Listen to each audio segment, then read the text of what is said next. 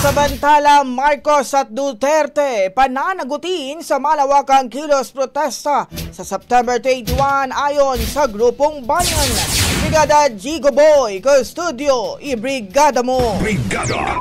Live report! Inihayag ng bagong alyansang makabayan na sasabayan ng kanilang kilos protesta sa September 21 ang panawagan na papanagutin sina Pangulong Ferdinand Marcos Jr.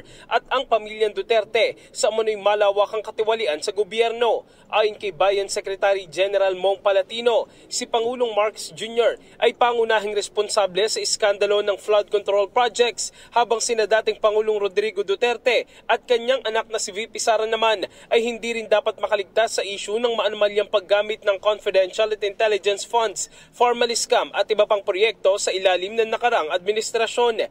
Giit ng grupo, hindi sapat nakasuhan lamang ang mga kontratista at opisyal ng DPWH. Dapat din umanong pangalanan at papanagutin ang mga mastermind na siyang tunay na nakinabang. Dagdag pa nila, parehong nagpayaman sa kaba ng bayan ang dalawang pamilya habang ginagamit ng kapangyarihan para takpan ang katiwalian.